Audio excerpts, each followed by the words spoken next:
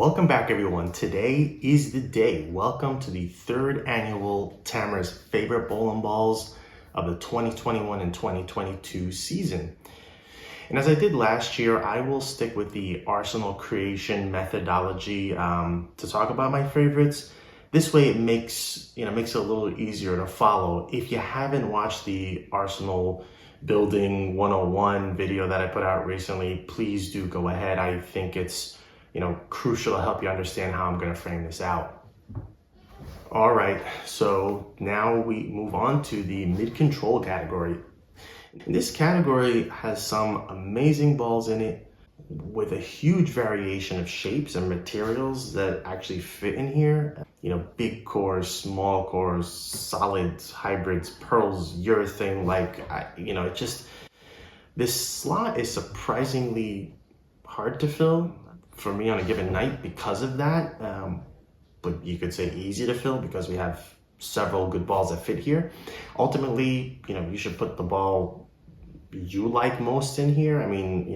Ultimately the mid-control category is the one you want that you trust to tell you what's happening at any point in time. Probably the most versatile ball in your bag.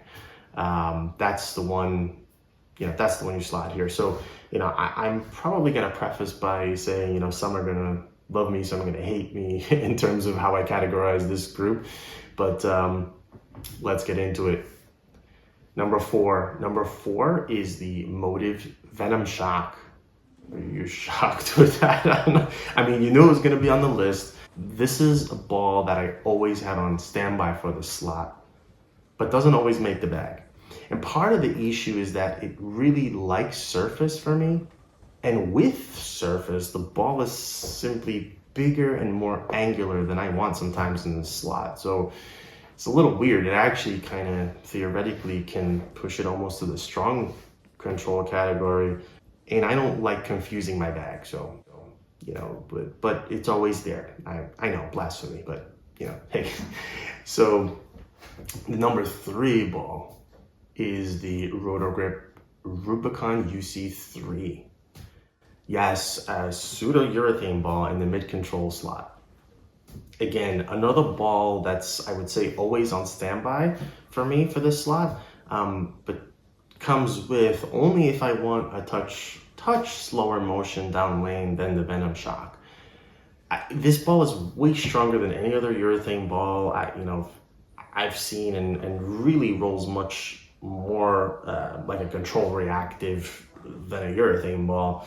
And in fact, it's actually a bit much sometimes for the slot. And in a way, part of that has to do with how much surface, so how much ball the ball wants to start up. So just like the Venom Shock with surface, this ball's very similar. It wants to start up, earlier. But it just, back end's a little less, but ultimately had the same kind of struggle to fit in the bag. So it depends on the pattern on a given night. Okay, so here's where things are going to get a little dicey, I think. The number 2 is the 900 Global Zen. Zen number 2? Well, I don't know. But again, this is a tight one. It feels like just about everyone has a Zen these days. Huge core, kind of shiny pearl cover. The ball is extremely versatile. That's the bottom line. And it may be number 1 on given nights. But, it's challenge. For some people find it too clean for that slot. That's not really my problem. I find it to be so versatile. It can actually cause a little more overlap than I like with other balls in the bag. But it's not necessarily a bad thing.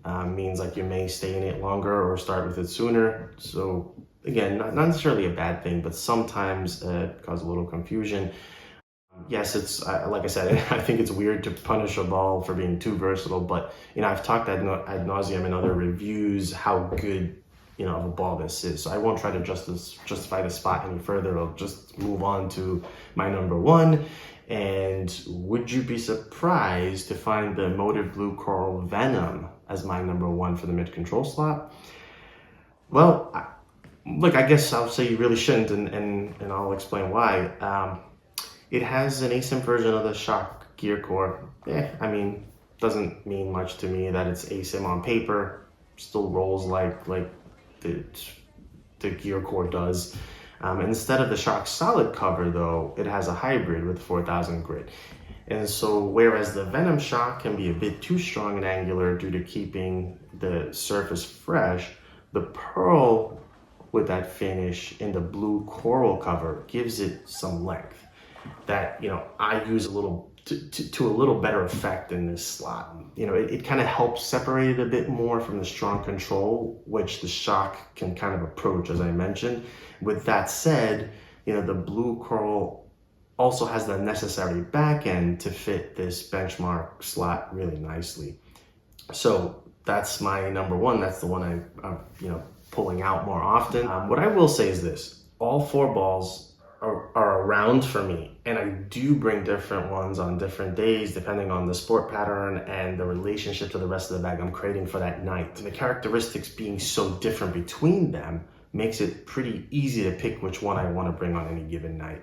So I'd say, you know, all the balls here are really great balls, really great options, but you know, if you have to pick one, you kind of want to match up with something and go with that.